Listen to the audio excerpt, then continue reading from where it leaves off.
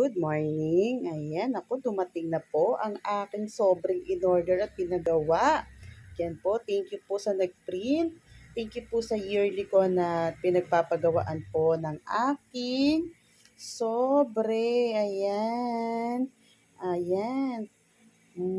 Ako, excited.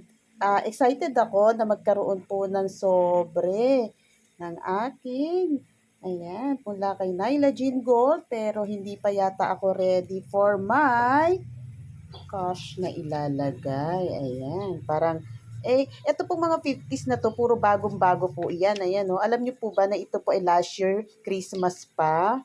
Ayan, last year Christmas po ito, hindi siya naubos. Ayan.